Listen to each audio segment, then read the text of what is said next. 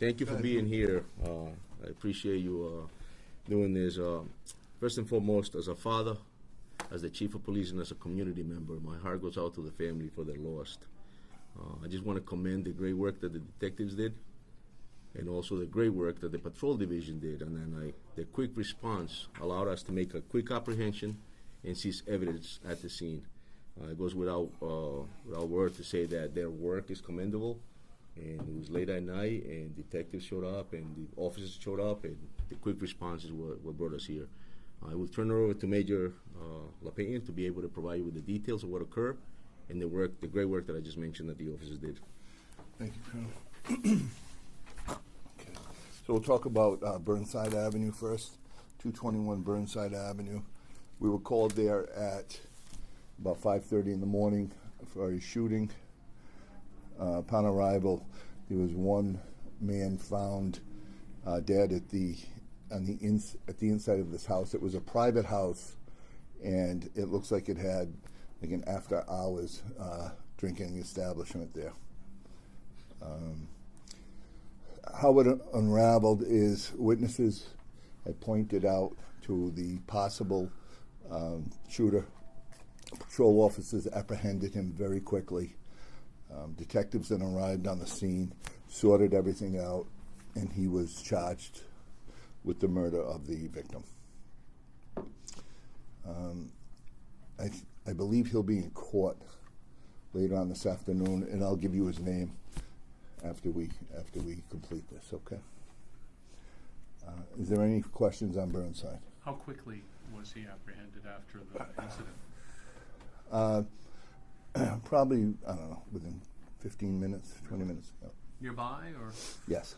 How many shots were fired against the victim and where? So probably a couple. I'm not going to give you an exact figure, but let's just say more than one.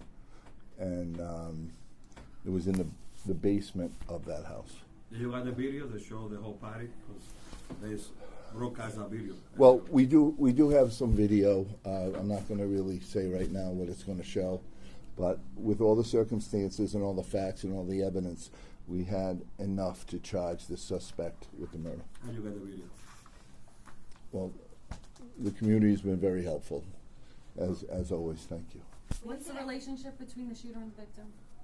Friends, There was none. Family? There was none. Didn't know. What we believe right now, there was none. Like it's still early, and we're still working on it. Even though you have somebody in custody, you still have to keep going. You know what it was about? Did they argue? Yeah, so we believe it started as just an argument that led to the shooting. What kind of weapon? What kind of gun? It was an automatic handgun. It wasn't a ghost gun. I believe it was a ghost gun. You think it wasn't? We're having it tested as we speak.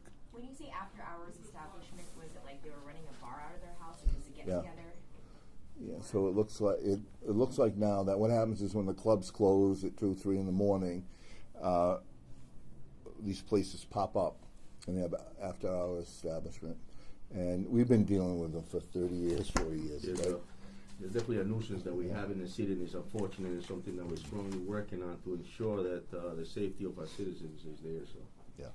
How many people do you think were partying sort of in that?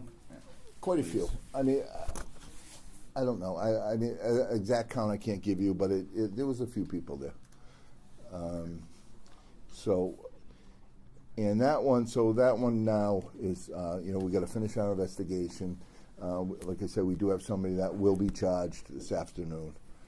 And, we have to meet with families, and, the hard part comes too, okay? Does the shooter have a previous record? As of now, I believe he does, but nothing that is sticks out to us as being violent. Major, this is the second shooting homicide this year. Where were we last year at this point? we're lower. Our violent crime right now is 20% down for the month. In the year to date, we have 4 shooters, including the 2 homicides. Can you say a little bit in Spanish, en español, de lo que pasó el domingo con el homicidio? Sí, claro. Desafortunadamente en la ciudad, en la mañana del domingo, Tuvimos un reportaje en el cual tuvimos que ir y encontrar una persona que había sido impactada con bala. Los detectives hicieron esa investigación y los patrulleros también hicieron un buen trabajo, respondieron muy rápido. So the question was asked to me for me to be able to explain something in Spanish and just kind of overview exactly what the major and myself been speaking about. So The follow-up question, you had a visitor here yesterday. The ambulance came to the police station. You had a car that was abandoned on Broad Street, Central High School, all destroyed. And 2 people that died in the car accident. They were burning, they died in the fire, or how did they die? yeah, the vehicle was engulfed in flames. It was an accident that unfortunately was a vehicle that was coming down Pine Street, ended up in a collision on East Franklin, and 2 people actually tragically died in there because the vehicle engulfed in flames and he died. The individuals died.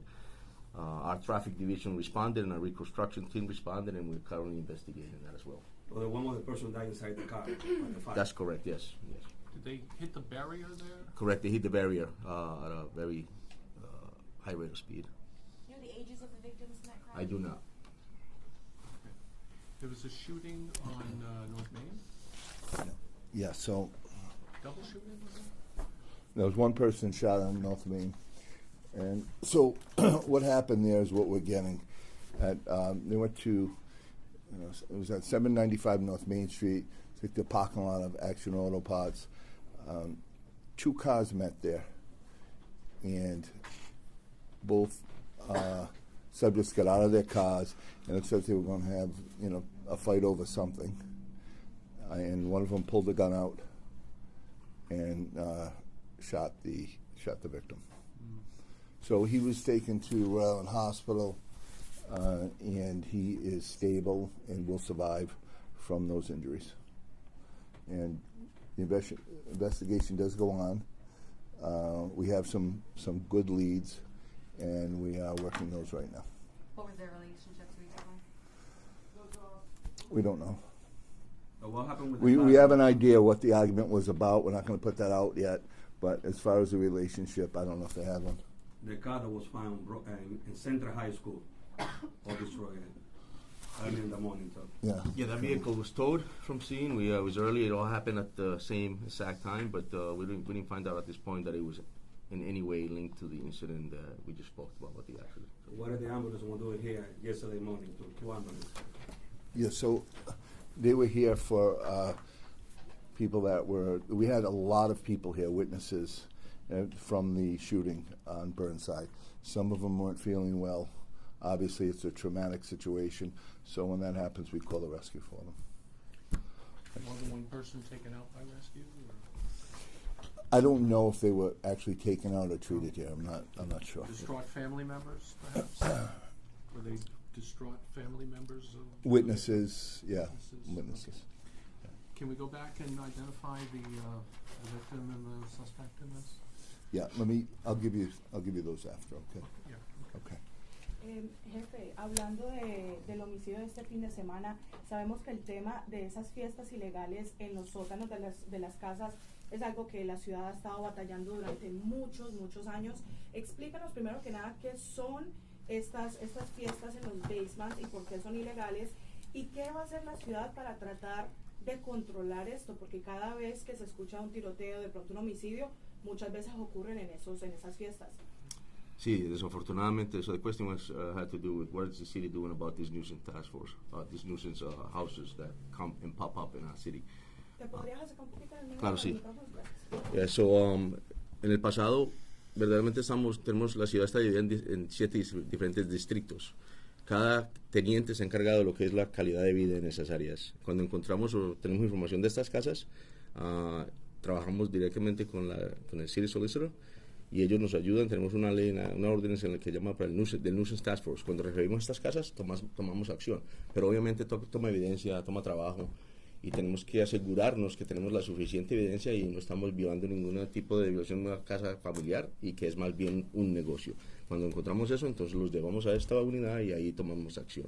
¿Qué repercusiones pueden enfrentar los dueños de esas casas? Eso es lo que los detectives están investigando y también en colaboración con el Attorney General's Office a ver qué tenemos que hacer en ese sentido. ¿Y qué mensaje le mandas a esos residentes que viven en esas zonas y que se mantienen quejando por esas fiestas? Que nos llamen, que llamen a la policía, que entren a un tipo de acuerdo de colaboración con los tenientes. Nos pueden mandar correos Y a los dueños de estas casas que sepan que si van a hacer este tipo de acciones que tienen una responsabilidad muy grande, que tal vez hasta les puede afectar la libertad de ellos mismos. So.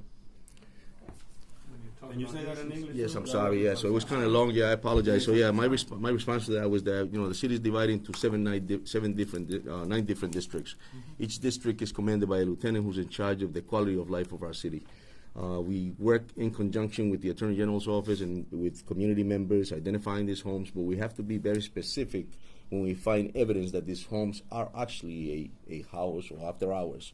And if we do, then at that point we'll take action. We have an ordinance that we use, which is the through the nuisance task force. We'll bring evidence against these homes, and then when we find out that we have enough, then we'll bring them, and then we'll take action along with the Attorney General's office, the City Solicitor's office, and the police department. It takes work, because the last thing we want to do is violate someone's home just because they're having a mayor party, right? But if we find out they have evidence that is in fact a problem, and the other message that I said was that to these owners to ensure that if they get involved in this type of incidents in the city, know that they're responsible.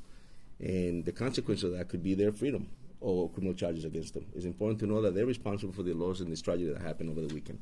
So what qualifies as like one of these nuisance after hours party? At what point is it breaking ordinance? Breaking ordinance is the fact that you have large amounts of people overcrowded in the house. We have evidence that they're selling and charging for liquor.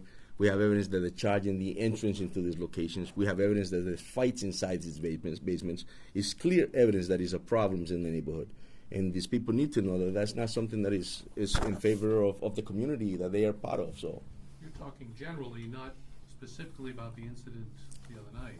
correct. I'm talking generally, and also that this particular home, obviously we have past incidents that were documented in the past about this location, correct?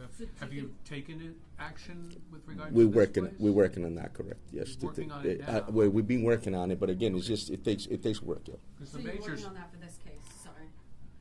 Go ahead. so the major has told us about a few of these incidents over the years. How active is the department in pursuing these cases involving these after-hours homes? We're pretty active. It's just like like I mentioned Steve earlier. It takes work. We got to make sure that we have enough evidence to move forward with them. If it's one incident, it's one thing, but when we can prove that it's actually a nuisance in the neighborhood, and we have to be able to prove that. I heard you mention the city solicitor. Correct. What's the procedure for pursuing that? So we write it up and we bring them up. We set up a day. They come in front of the nuisance task force, and then there's certain individuals that are part of that task force and that board, and then we present the evidence and they take action. You have a board that hears these cases? Correct. Yeah, and it's through the city solicitor's office. Correct. Do these people And it's not often- just. I'm sorry. Do they often hire an attorney or? If they're, it all depends when when they have to come in front of the board. Correct. Well, I may be using the wrong terminology for the board, but it's in front of actual Who's members. on the board? I couldn't mention that to you right now by name, no. But Yeah, I know no, that. but yeah. I mean, is it statutory or is it Yes, by it's, ordinance? yeah, by ordinance. Yeah, it was something that we had applied years ago, and it was put through. We made the plans, we wrote the language, Yeah. and it was approved by the council. Okay. Yes. Okay, is that it? We Just wanna one give you quick enough? question. Yes. Chief, you've been on the job for all 4 days. I just started yesterday at the new job. And I'm sorry. Yeah, go ahead. It seems obvious, but in retrospect, how important was it to elevate someone from within so that you literally hit the ground running within minutes? So I wanted to stick on this press conference regarding the homicide, but I'll give you a quick answer. I think it's important to ensure that we have people from the department, because we know the job. We've been doing it for a while. Any one of us could take lead in this department. I was fortunate enough to give him the privilege to do so, and the experience, the practical experience, the knowledge of the community, the knowledge of the of who resides in these communities, the work, the street work that we've been doing for so many years. That has some sort of value, and it's important because we can relate to the social ills that this city has faced in many years in the past. And it's important to have that knowledge. When you bring somebody from the outside, those people have to educate themselves and learn and make connections in the city. The partnerships that we've been able to build under the last chief, who I admire. So I think it's critical to make sure that we have individuals in this department to continue the movement that we're on. So. Just one final question about the car accident. Did you be able to ID the two passengers?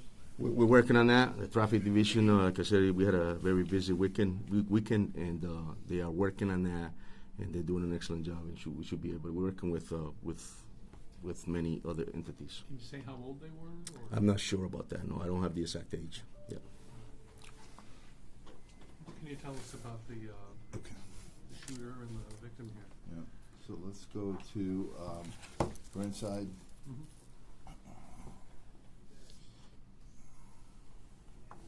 Suspect in our custody identified as Antonio Rayson, R-E-Y-S-O-N, Leonor. I'm sorry, Y-S-O-N, Uh-huh. Leonor, L-E-O-N-O-R, and the last name U-F-F-R-E. How do you say it? Ufrey. Okay. How Spell old? it again, sorry. Yeah, sorry. Antonio Rayson, Leonor. You want the whole name again? Yeah. All right. First name Antonio. Second name Rayson, R-E-Y-S-O-N. Third name Leonor, L-E-O-N-O-R. Last name Ufrey, U-F-F-R-E. And he is, I believe, 26 or 27 years old. Providence resident? He is. We have him at two. We have him at in Florida, Orlando, and we have him in Woonsocket also. So, one of those.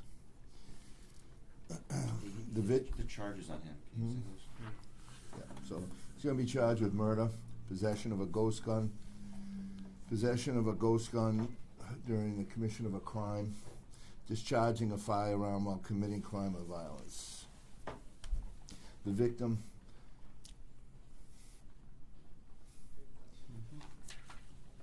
is Ivan, I-V-A-N, Encarnacion, E-N-C-A-R-N-A-C-I-O-N. And he is Can you spell the last name one more time? E-N-C-A-R-N-A-C-I-O-N. He is 25, and we have the suspect at 26. So, correct that. You know where Ivan's from? He's from Providence. He didn't live at that address on Burnside, did he? No. Neither one of them lived there. And the victim from North Main Street, Yep. Mario Severino, S-E-V-E-R-I-N-O. I do not have a date of birth available right now, but I will get it for you before you leave. Okay, and that'll be it. Thank you very much for coming. Thank you very much. Appreciate it. Thank you. Thank you.